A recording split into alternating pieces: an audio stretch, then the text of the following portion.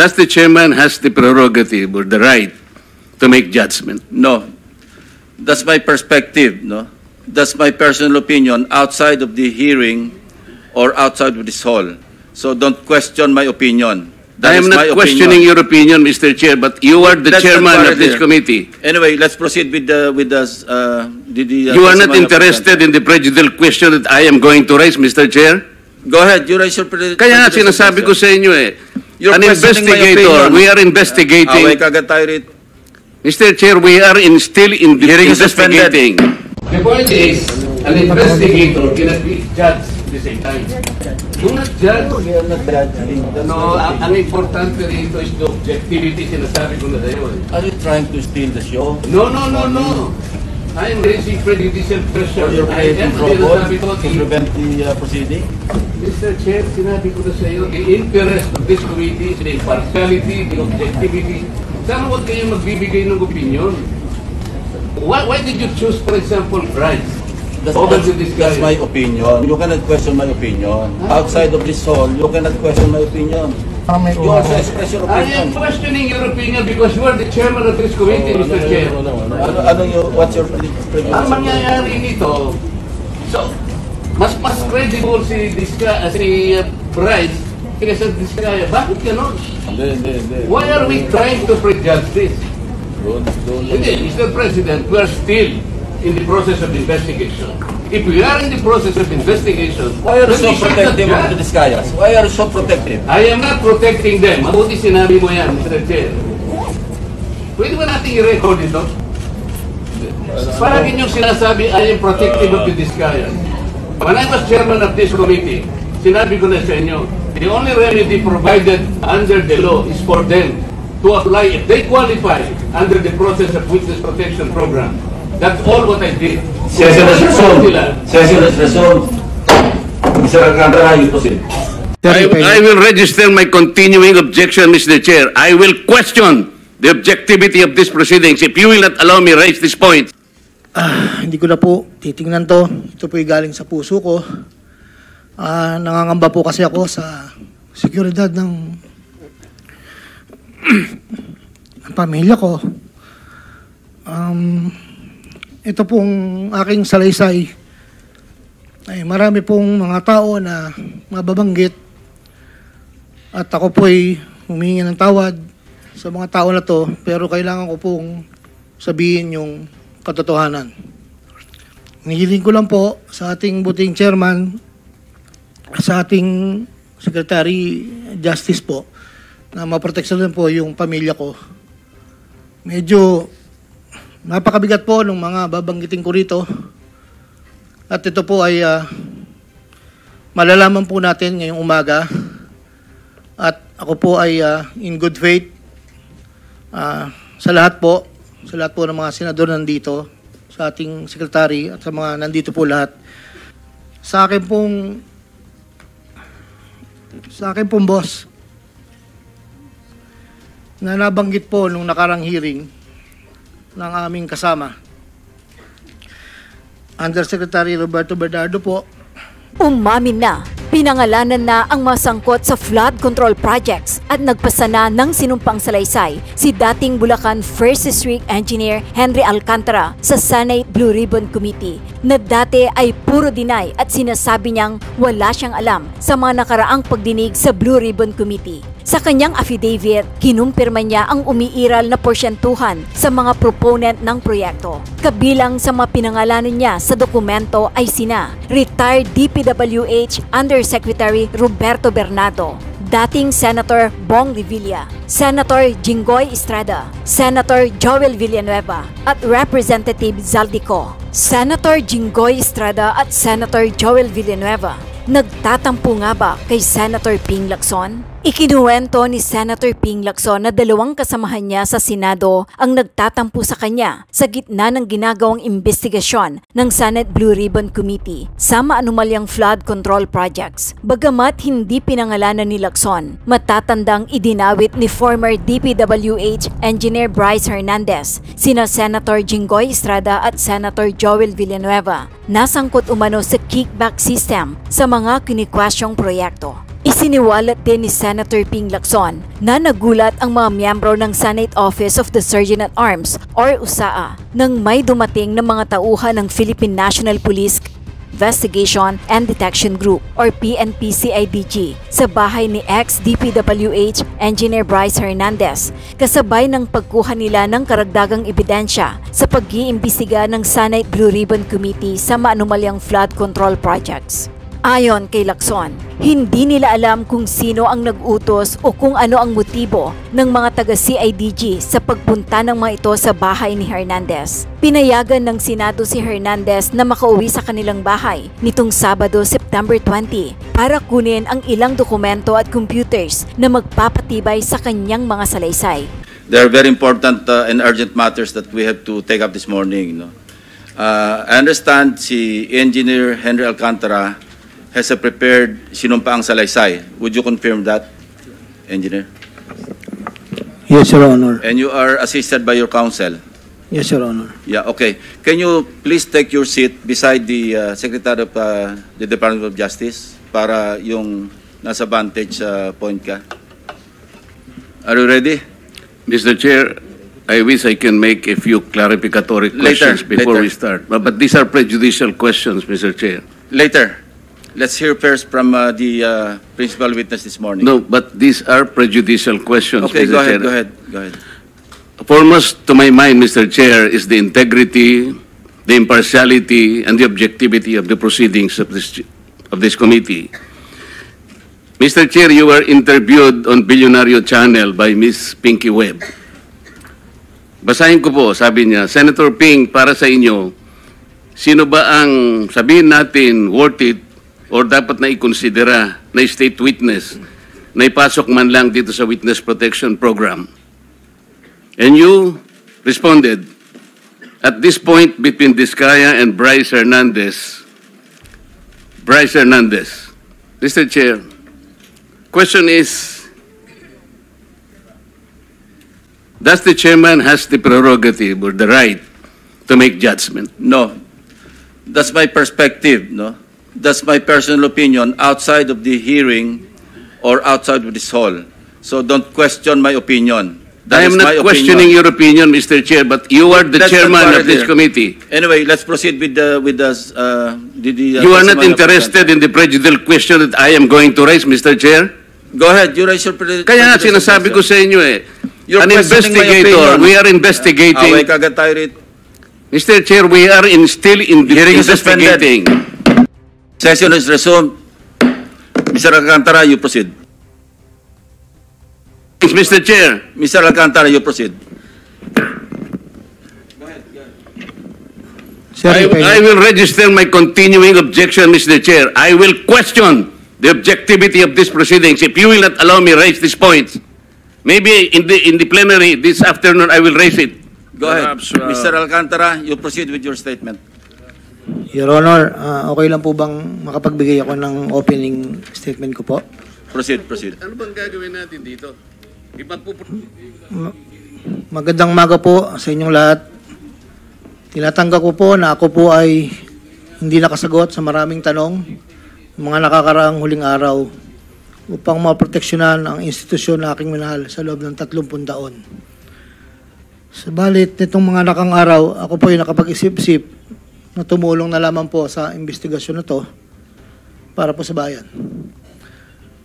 Narito po ako sa harapan nyo ngayon upang tumulong ng buong puso abot ng aking makakaya upang makapagbigay linaw sa katanungan sa investigasyong ito.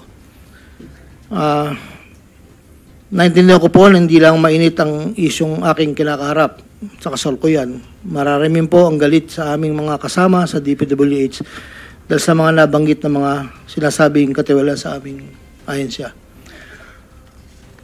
Hindi ko na po titingnan to. Ito po ay galing sa puso ko. Nangangamba po kasi ako sa seguridad ng pamilya ko. Ito pong aking salaysay ay marami pong mga tao na mababanggit at ako po ay humingi ng tawad sa mga tao na to, pero kailangan ko pong sabihin yung katotohanan. Nihiling ko lang po sa ating buting chairman, sa ating Secretary Justice po, na maproteksahan po yung pamilya ko. Medyo napakabigat po ng mga babanggitin ko rito. At ito po ay malalaman po natin ngayong umaga. At ako po ay in good faith sa lahat po ng mga senador nandito, sa ating sekretary at sa mga nandito po lahat. Simulan ko na po ang aking hinandang salaysay, Your Honor.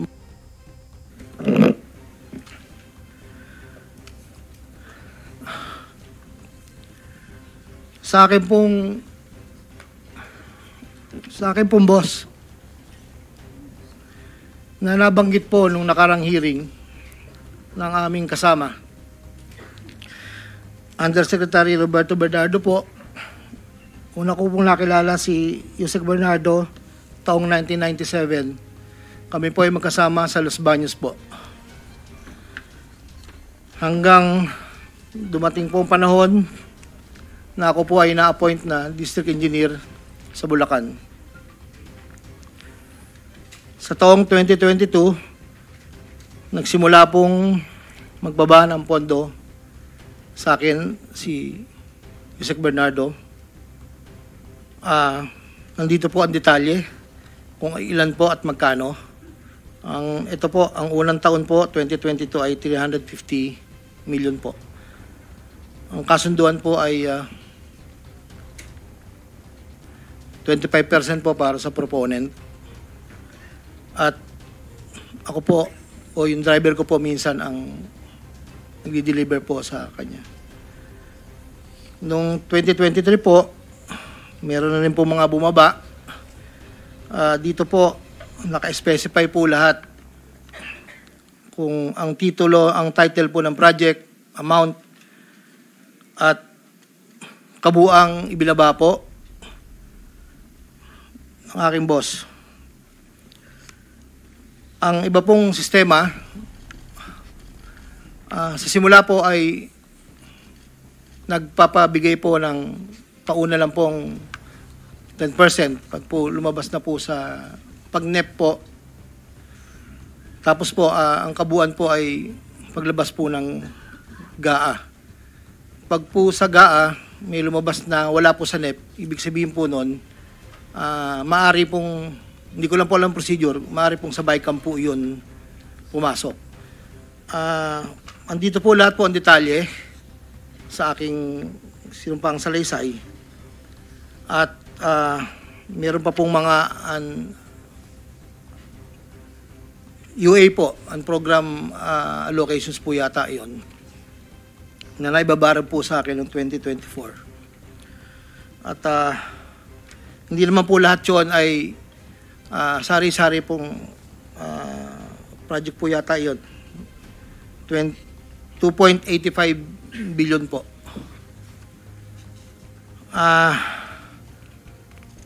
Yung pong sa 2024 na UA, bukod po yung meron pong BICAM and NEP. Nandito po lahat po ang detalye. Ito lang po kasi yung record na nakuha ko po sa sariling file ko po. At yun po ay meron pong portion doon na merong 30%, meron pong 25%. Depende po sa proyekto. Ang huli po ay itong 2025. Merong halagang 2.55 billion po. 1.65 sa NEP at 900 million sa GAA. At ganoon din po ang sinabi niya sa akin sa proponent po.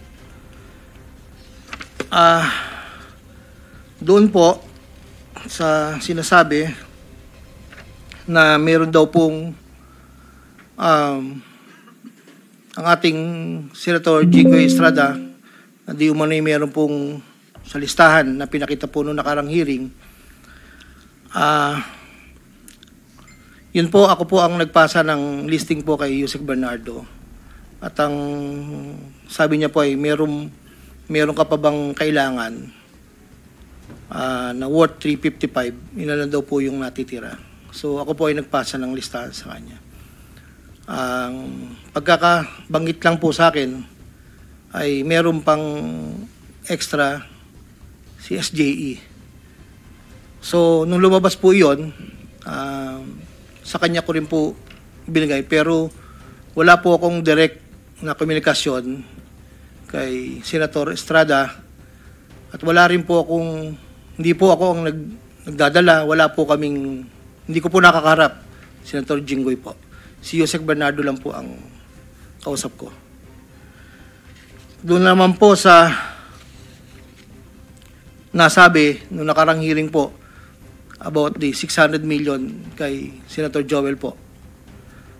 Ang totoo po noon, yun po ay multipurpose building. Ang request niya po talaga. Dahil hindi naman po na ma-accommodate nung nire-report ko po sa kay Yusek na hindi po ma-accommodate yung request. Nagkaroon po ng idea, kaming dalawa po ni Yusek Bernardo, na tapatan na lang kung sa kwentahan lang po na ang proponent ganito, parang daw po mapagbigyan. So, nagpasa po ako ng listahan without the knowledge of Senator Joel.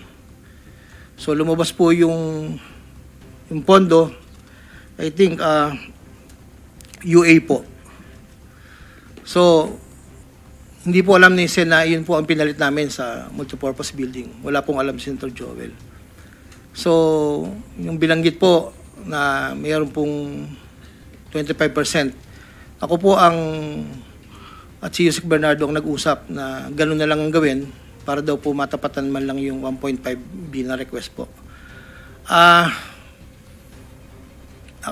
Inayos ko po lahat yun at dinala ko po sa tauhan lang po ni Senator Joel somewhere in Bukawi po. Ang sabi ko po sa kanya, baka pwede, pakibigay mo lang to kay boss. Tulong ko to, kung ano man ang future na plano niya, yun po ay tulong ko. Pero hindi niya po alam na doon ko po kinuha sa flood control po. Ang pangapat po, taong 2021,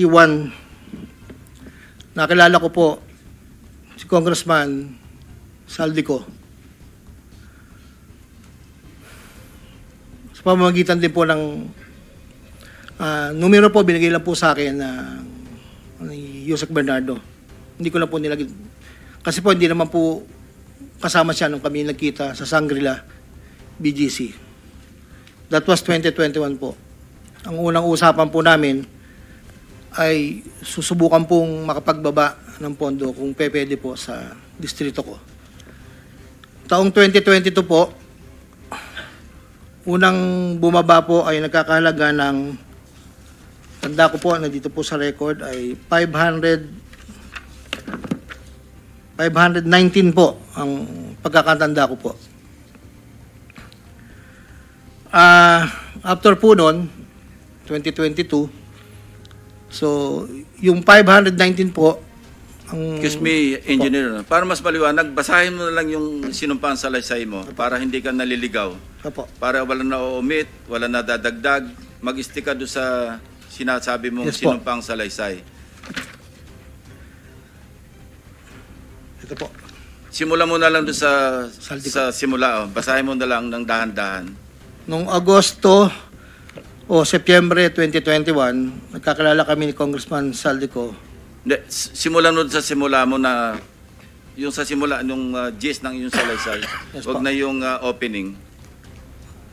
Una kong nakilala si Undersecretary Roberto Bernardo. Nagkasama kami sa Laguna. Na-promote siya ng nag-promote siya hanggang Undersecretary. Si Yusek Bernardo ang tumulong sa akin para may talaga ako bilang District Engineer sa Bulacan First DO noong 2019, panahon ng Secretary ng DPWH si Secretary Mark Villar. Nung panahon na yun, ang tanda ko po, Undersecretary for Operations sa Visayas, si Yusek Bernardo. Taong 2022 na magsimulang magbaba ng pondo sa aking DO si Yusek Bernardo. Ang kasunduan ay 25% para sa proponent. Ang proyekto ayon kay Yusek Bernardo, ang kabuuan ng mga proyektong naibaba ni Yusek Bernardo sa aking DO ay nagkakahalaga ng 350 million na sumusunod. Nandito po.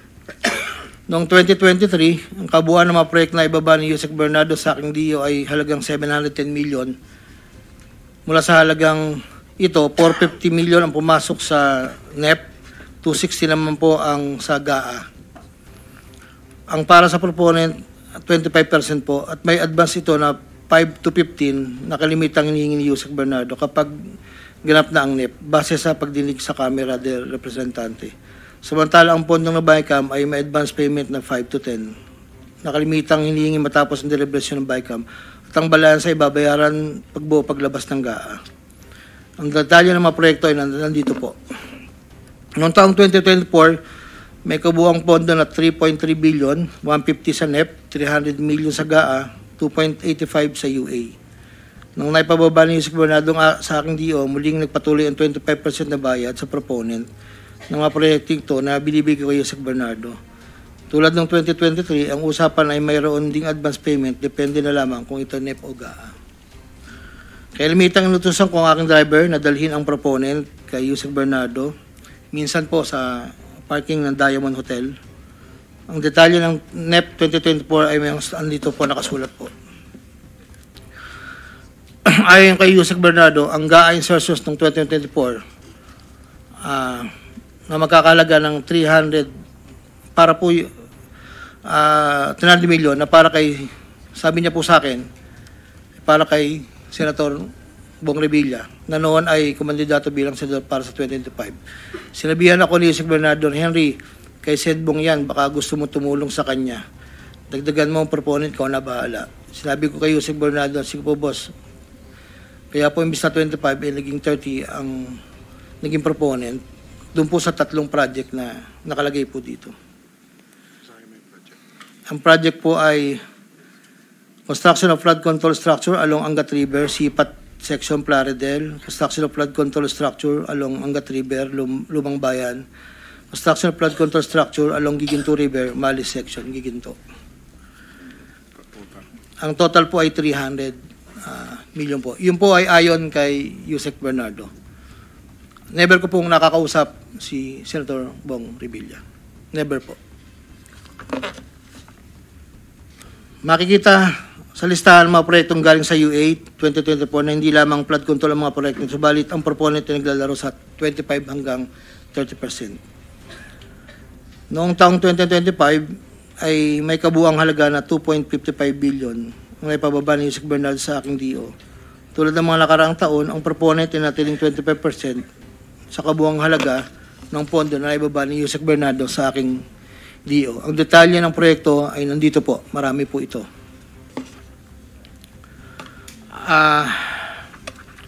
Taong 2022, yun nga po, nabanggit ko kanina, humiling si Senator Joel Villanueva ng proyektong multipurpose building, kakalaga ng 1.5B. Sa halagang 1.5B ay 600 million lamang ang napagbigyan na pondo para sa multipurpose building. Hindi ito po ito na pagbigyan, kaya napilitan kaming gumawa ng paraan ni Yusek Bernardo. Hindi humingi ng partikular na proyekto o porsyento si Senator Joel, pero inutos ni Yusek Bernardo na bigyan na lamang ng proyekto na may katumbas na 150 million na proponent. Dahil dito, nabigyan si Senator Joel ng proyektong unprogrammed operations ng 2023, nagkakalaga ng 600 million na pawang mga flood control ng mga proyekto at kung saan susumahin na 25% ng proponent ay may halaga na 150 million. Hindi alam ni Senator Joel na flood control ang mga proyektong nailan sa kanya dahil ang aking pagkakalam ay ayaw po ni Senator Joel ang project na flood control. Ang halagang 150 million dila ko sa rest house sa Barangay Igulot, Bukay, Bulacan na iniiwan ko po sa tao niya na ang nagangalan lang pong Peng. Sinabi ko kay Peng na pakibigay na lang kay boss, tulong lamang yan para sa future na plano niya. Hindi po nila alam na doon galing yon sa flood control. Matapos po na hindi na po kami nagkausap. Sa kay Senator Jinggoy naman po, sa pagkakatanda ko, nasa 2024 budget hearing kami sa Senado. Kasama ko si Yusek Bernardo. Sa pagitan ng alas 9 hanggang alas 10 ng gabi, habang kami naghihintay, tinanong ako ni Yusek Bernardo kung meron pa akong gustong lagyan at meron pang available na 355. si SJE. Ayon po kay Yusek Bernardo. Sabi ko po, boss, meron naman. Sagot ni Yusek Bernardo sa akin na ipasok ko agad sa kanyang listahan ng oras na yun. Agad-agad po akong nagpagawa ng listahan sa staff ko at sa loob ng 10 to 15 minutes, pinasa ko na po ang listahan kay Yusek Bernardo. Ito po ang listahan ng mga proyekto na banggit. Ito po ay puro pumping station po with floodgates. Ito po ay phase 3. Dahil may nauna na pong phase 1, phase 2. Ito po ay 7 project. Meron pong 360 million, isang 45, isang 50, dalawang 40 million na may kabuang 355. Ang proponent po nito ay 25% at binigay ko yung Yusek Bernardo kasama ang may iba pang proponent na mga pondong binaba niya sa akin para sa taong 2025. Wala po akong direktang transaksyon o direktang pakipag-ugnayan kay Senator Jinggoy. Pangapat, Congressman Elsaldi ko. Noong August 20 o September 2021, nagkakilala kami ni Congressman Saldico sa isang pagtitripon meeting sa Shangri-La, Bonifacio.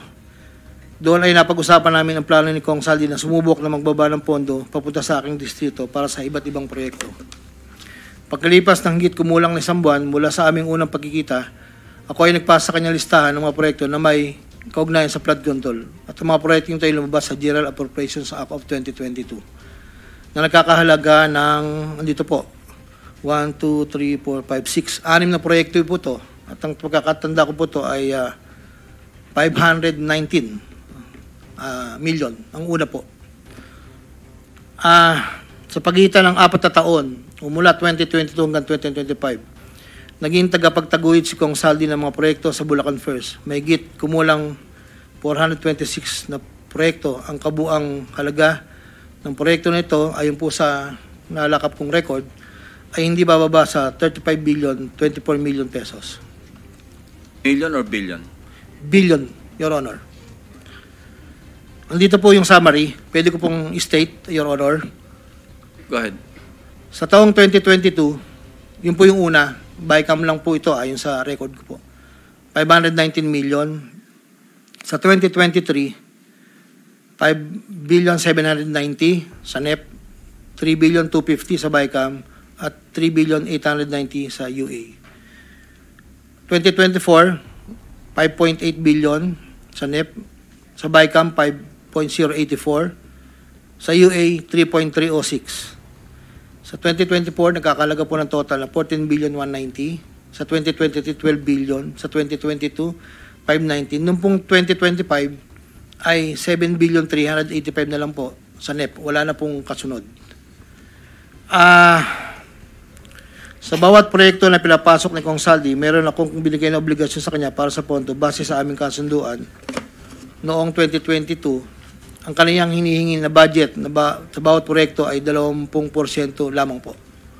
Noong 2022. Kung makikita nyo po, Your Honor, isasabay ko na rin po ito, na yung larawan po nandun po sa, kasama po ako, na nakatayo, yung opisina, yun po yung 20% po na 2022 inaayos po namin doon sa litrato po.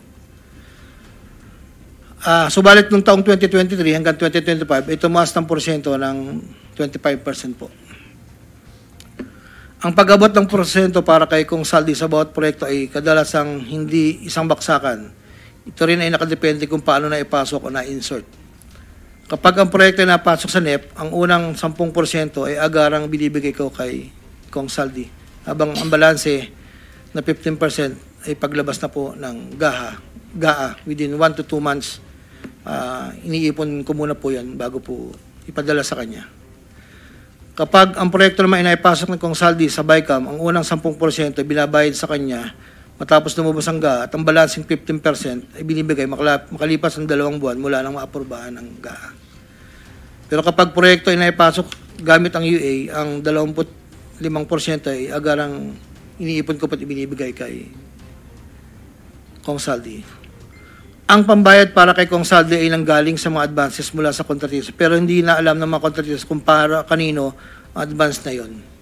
Ang pera na nakalaan para kay Kong Saldi ay dinadala sa akin. Ako naman po ang nagdadala o naghahatid na hinihinging porsyento ng Kong Saldi sa iba't ibang tao niya. Hindi ko po siya na-meet during pagdadala. Ang tao niya po ay may alias lang Paul at Mark. Dahil sila po yung nag-message po sa akin through Viber, disappearing message po iyon, na doon ko po dadalhin. May isa o 2 beses na dinala ko sa parking lot ng Shangri-La Hotel, Bonifacio Global City, ang porsyento ni Kong Saldi. Paminsan-minsan man, inahatid ko ito sa kanyang bahay sa Ladybug Street, Valle Verde 6, Pasig City.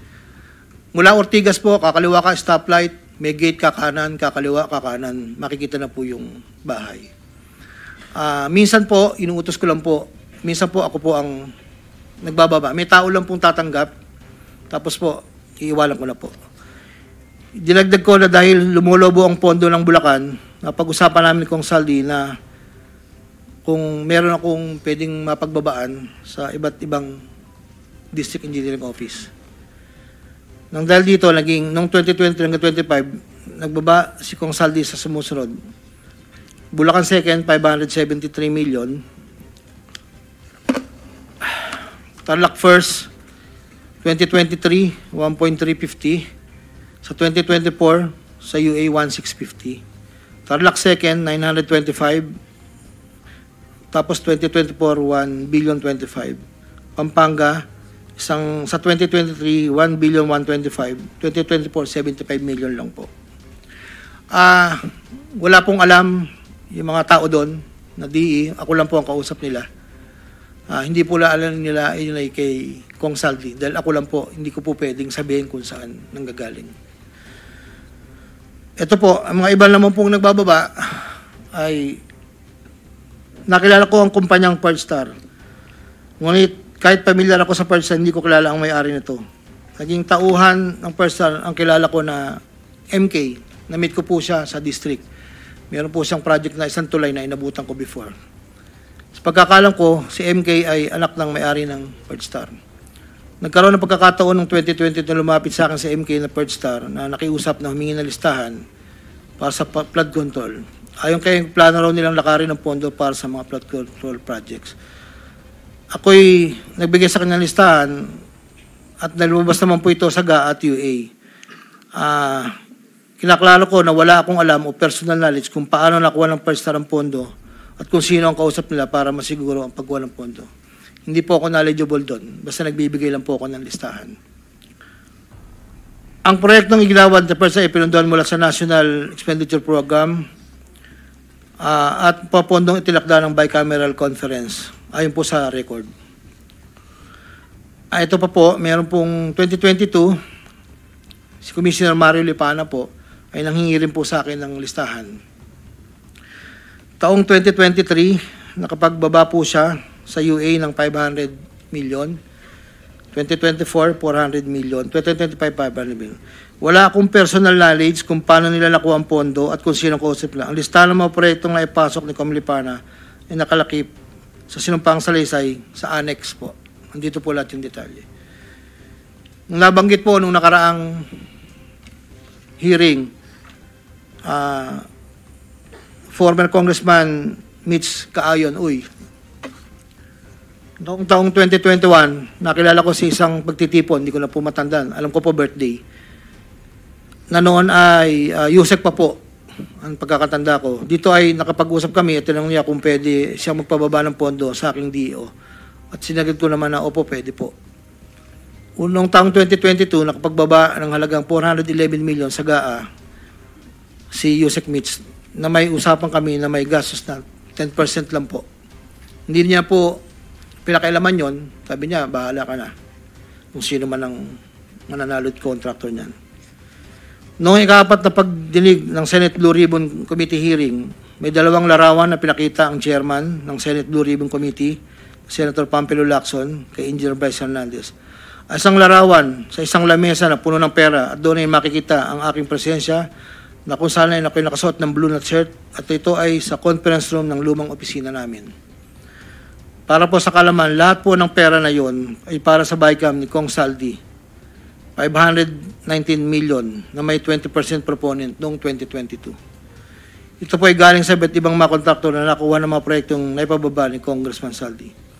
Ang pangalawang larawan naman po ng pera na nakasalansan sa isang bilyaran ay para sa proponent ng 2023 na 5.79 billion na dadalhin namin kay Kong Saldi na sa aking pagkaalala ay nagkakalaga ng 579 bilang 10% advance payment.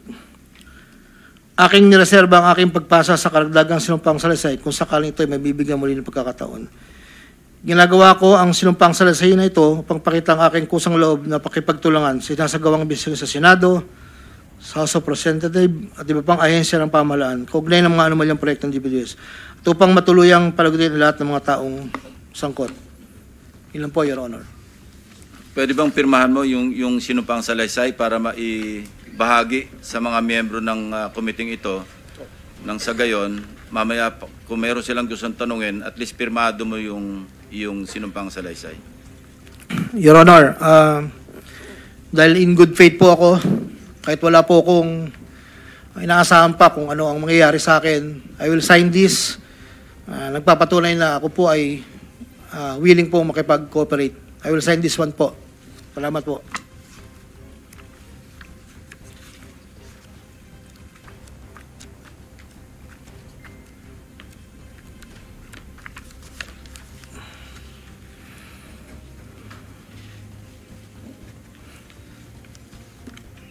While he is signing, Secretary Remulla, I understand you have a manifestation to make before the committee.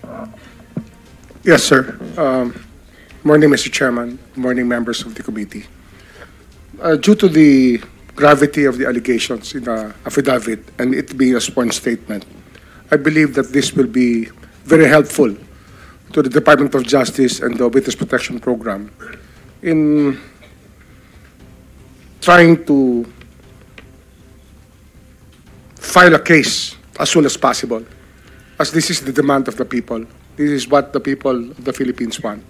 So, in that regard, Mr. Chairman, I hope that I will be allowed to bring Mr. Alcantara to the DOJ this morning, so that we can evaluate his affidavit in full, given all the annexes, and that we can also ask him to sign certain documents that may be necessary to pursue the malefactors mentioned in his affidavit. That is our request, Mr. Chairman. On condition that you have to bring him back after lunch, so the members of the committee may also propound questions. No? Yes, sir. We will bring him up. We bring him back by 1:30 to 2 o'clock, sir. In the meantime, they can read the affidavit, the signed affidavit, so they can prepare their questions later. Yes, sir. Any objection? Hearing none, so the manifestation or the request of the Secretary of Justice is hereby approved or granted.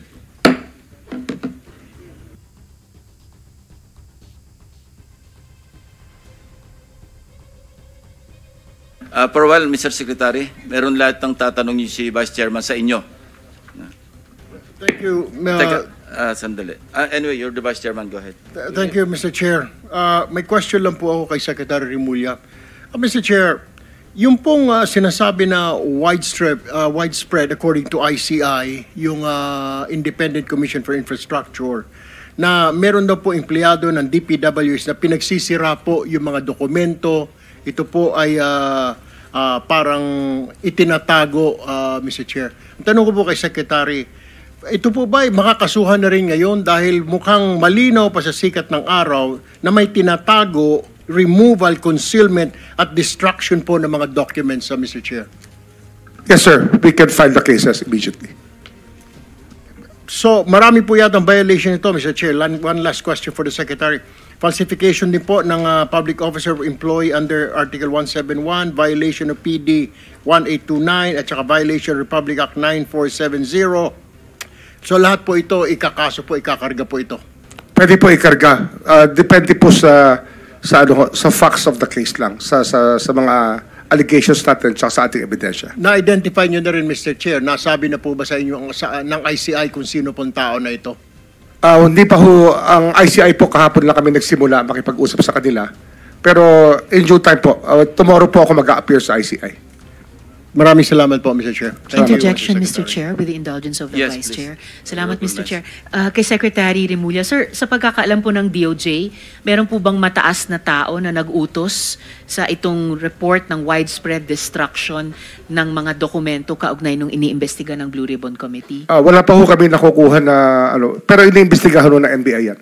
Salamat, Sec. And may mga crucial documents ba na nawala na sa atin, both sa department at sa Blue Ribbon? Usually ho, redundant naman ang documents eh.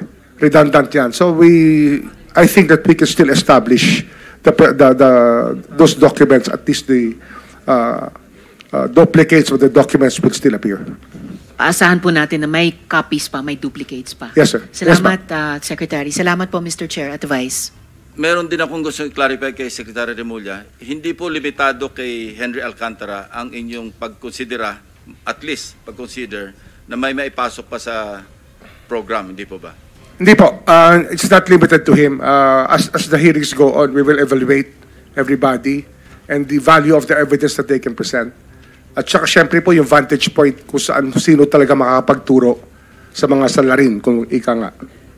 So pwede rin pong matanggap sa Witness Protection Program ang mag-asamo Diskaya, pwede rin si Bryce Hernandez, as maski sino sa mga resource persons natin, depende sa inyong evaluation. Opo. At sa ngayon po, we can, if they apply, we can consider them protected witnesses already. Pwede na namin bigyan ng security ang mga nag-a-apply.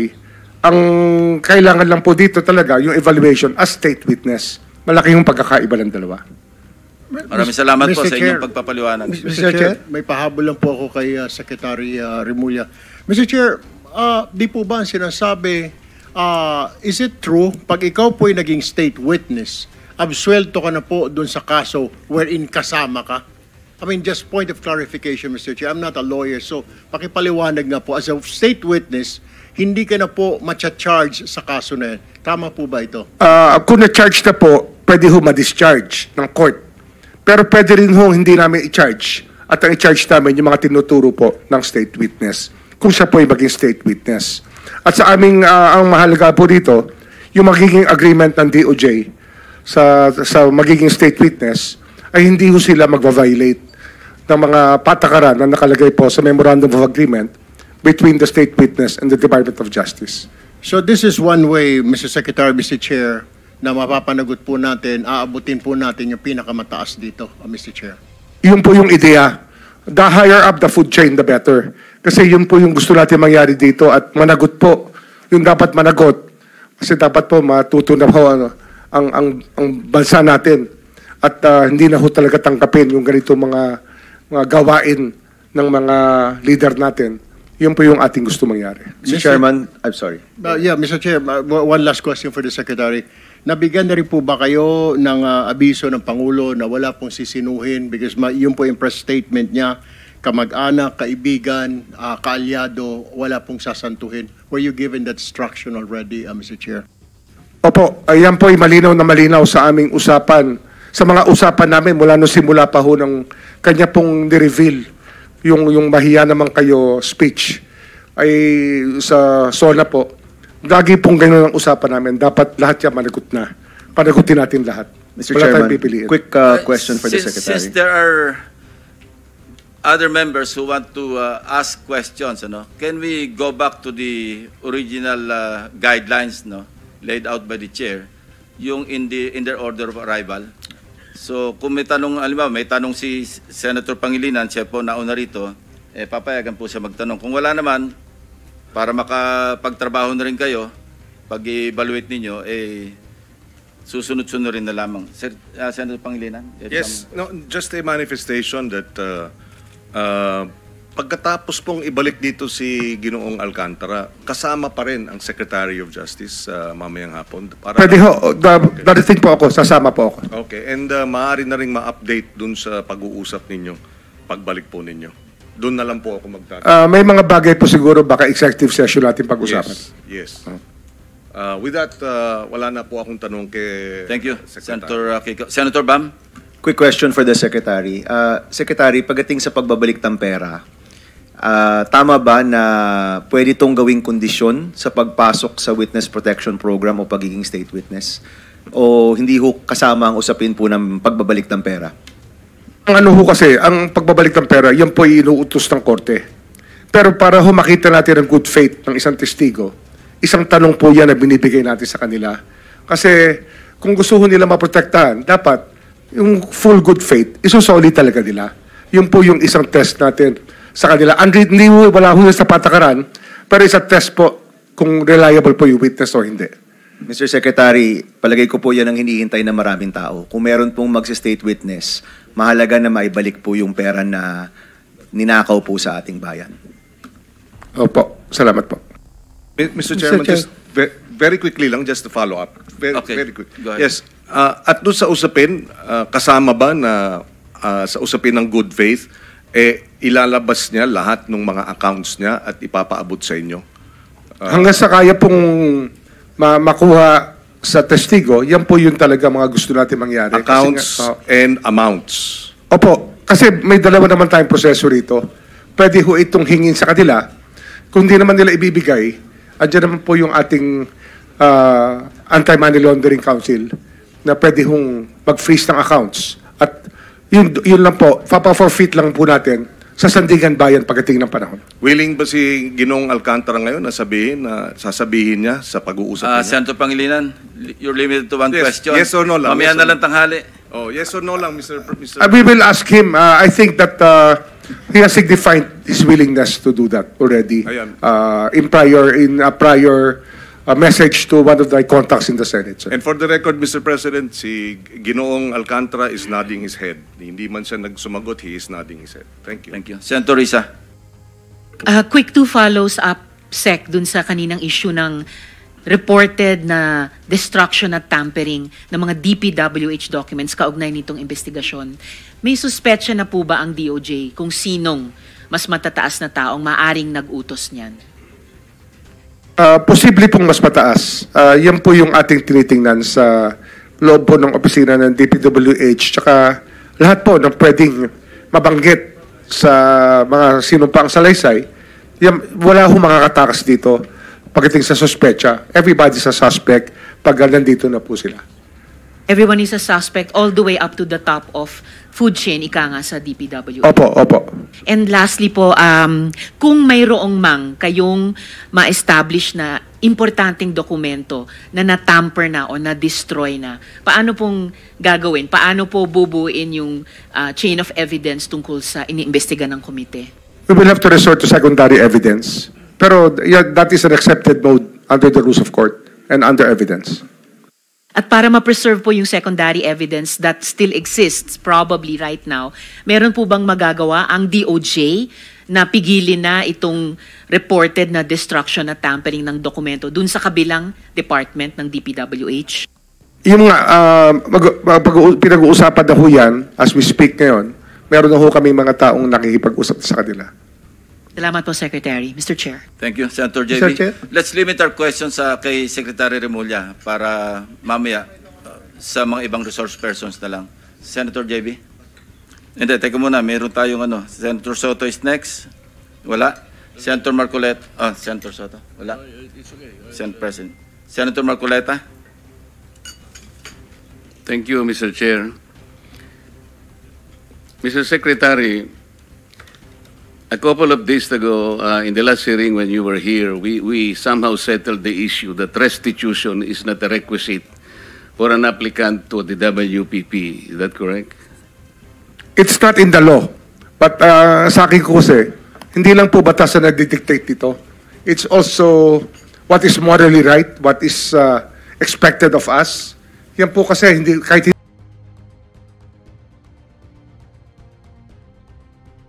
hindi nilagay sa batas, mga given po yan sa ating lipunan.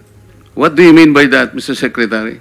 Kasi wala nga sa batas yung Wala nga sa batas. Yung Then, requirements ano ilalagay mo sa batas? for admission to the witness protection. Ang restitution is not part of it. Yes, it is not. Pero hindi ho nangangahulugan na hindi namin pwede i-layout yan depending on the case. Mr. Secretary, I am still in the stage where a particular applicant wishes to apply under that program. And there is a process. In the process, restitution is not one of the requisites. Is that correct? Opo, pero if it's in terms of this case being a financial crime, sir, this is a crime against the Mr. financial Secretary. status of the Filipino people, of the Philippine Republic. I think that it's just right. Mr. that we ask- Secretary, are you amending the provision of No, the law? sir. No, sir. But that is how we run the Witness Protection Program.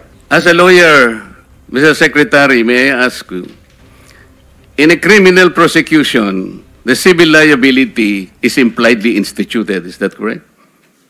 Of course. Kaya nga eh. Hindi naman nangangahulugan kung sakasakali na natapos na yung criminal prosecution. Kapag ka nakita na mayroong criminal liability yung tao, because it is impliedly implied, doon lang magkakaroon ng restitution. It will come after. Paano mo sasabihin na magre-restitute ang isang tao? Meron na bang findings kung magkano i-restitute on how it can be restituted? Nag-a-apply pa lang eh.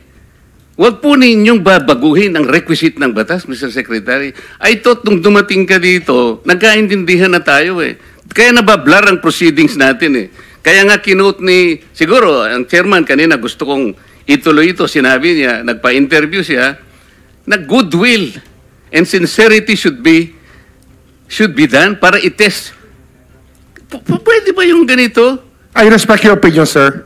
But It that's is not how, my opinion, it is in the law, Mr. Secretary. Yes, sir. Yes, sir. But I am operating. The arbiter Sir, is can I the speak, law. sir? May I speak, sir? Yes, you I'm are operating from the Senator Marcoleta, from the kindly allow vantage the point of the result, reason sir. behind the law, sir. What is the reason behind the law? So that we can get justice, and justice can only be attained if there is restitution. So that is the principle behind all of these things that we are talking about now. Mr. Secretary, restitution will come after. It cannot be. So it can cannot come before or after, sir. It can come before or You after. cite the law that it come before. Wala nga po sa batas eh.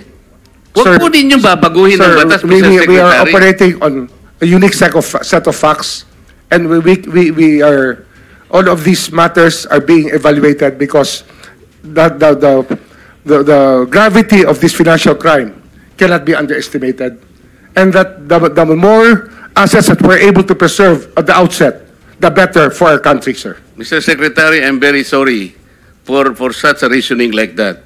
Alam mo, nakikinig I'm very ang sorry, buong sir. bansa. Also, sir, I'm very sorry too if you do not agree with me. But I respect your opinion, sir, and we will carry out our job as we deem fit, as we see. Mr. Chair, I said that the I am country not needs. expressing an opinion here. I am articulating the provision of law. You do not change the provision of law, Mr. Secretary. You may be disbarred from doing this.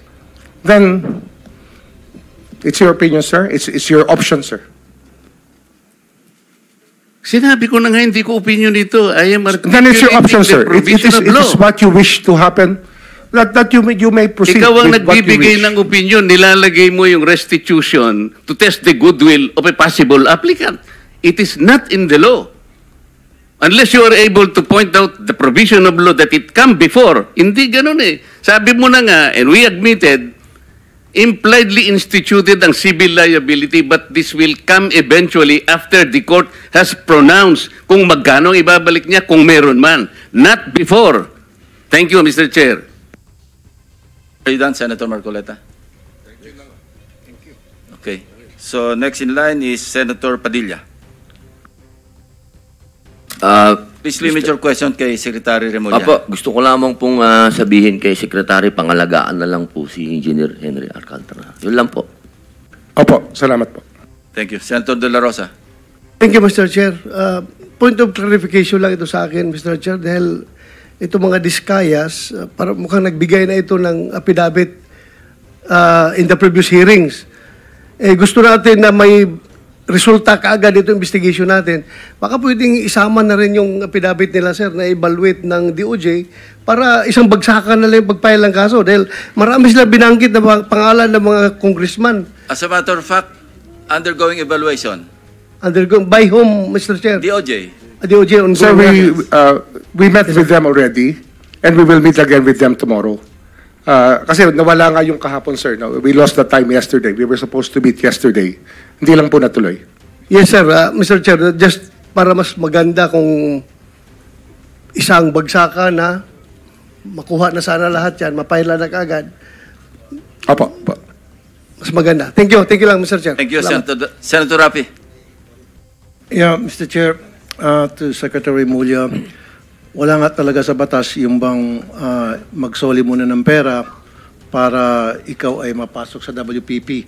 Pero kung pagbabasehan natin yung kagusto ng taong bayan, ang galit ng taong bayan, na gusto nilang magpakita in goodwill yung accused bago siya mapunta sa WPP, siguro mas maganda kung sundin natin yung kagusto ng taong bayan, right?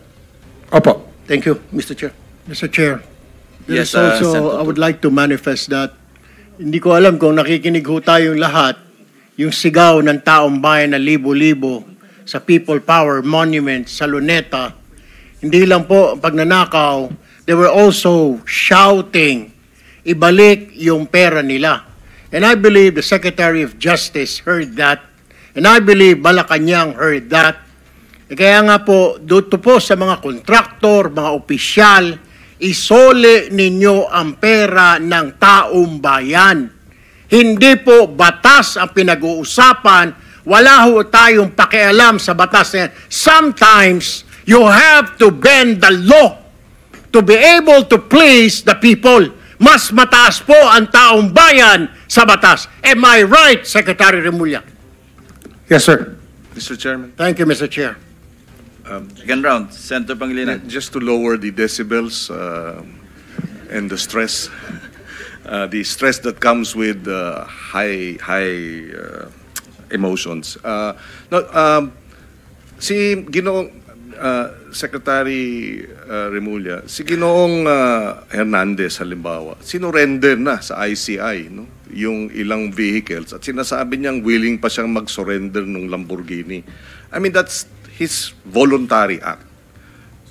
If Engineer Alcantara will do the same voluntarily as a sign of goodwill, there is no law that prevents him from doing that. So therefore, we this restitution issue, while it is the law, does not prevent the government from being broader, mas malawak ang kanyang pag-implementa ng mga programa at mga batas, lalo na pag voluntary ang pagbigay ng mga malalaking, yung mga mamahaling sasakyan, voluntaring ilabas itong isurrender ang mga pondo, etc. Hindi po ba? Opo. Sa karanasan ko kasi, pag inintay po natin yung court judgment na maging final para isurrender po ang lahat, baka puti na mga mata natin, wala pa hong nangyayari. Kaya habang maaga po, we try to get as much para maibalik na po sa taong bayan yung dapat hong ibalik. In fact, yung pagbabalik is a sign of cooperation, which the courts will eventually consider when it sentences or if it provides the exemption and the immunity. Hindi po ba? Opo. So that should guide itong ating mga testigong nais mag-apply sa Witness Protection Program. Kapag kayo ay nagko-cooperate, ito ay magiging senyales sa ating korte na maaring ma-grant ang exclusion and exemption and immunity. At the same time, kung may sentensya, pati iyon, mapapababa pa among others. For the record, Mr. President. Tama po. Thank you. Yes, Senator JV. Just last point before the Secretary brings Engineer Alcantara. Anyway, nagkatama yung haka-haka natin that Engineer Alcantara might just be the missing link to the higher officials that the people have been longing for. No? Nabanggit niya si Yusek Bernardo, Saldico, and some other legislators. So, I'm hoping that, Mr. Chair, that he will be back so that we can pursue further.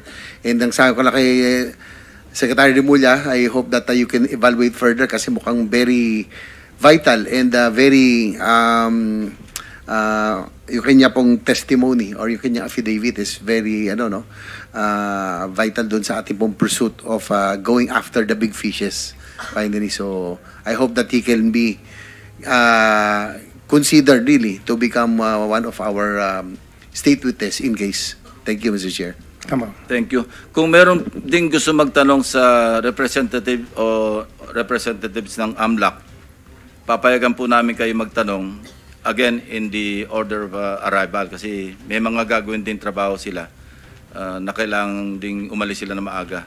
So kung wala naman, papayagan na rin natin silang ma-excuse. Anyway, mag-iiwan naman sila ng representante rito. Anybody from the members of the panel? Sino? Si Alcantara babalik. No, I mean the AMLAC Executive Director, Attorney David. Kung wala po, then you may be excused along with the Secretary of the DOJ. Thank you very much, Secretary Remulla. Thank you, Mr. Chairman. Thank you, Mr. Chair. You'll be back at 1 o'clock? 1:30? 1:30 to 2, sir. Thank- Hopefully we can finish up as early as possible. Thank you. Thank you very much. Thank you, sir. Mag-subscribe at i-click ang notification bell para sa mga susunod na video updates. Maraming salamat po.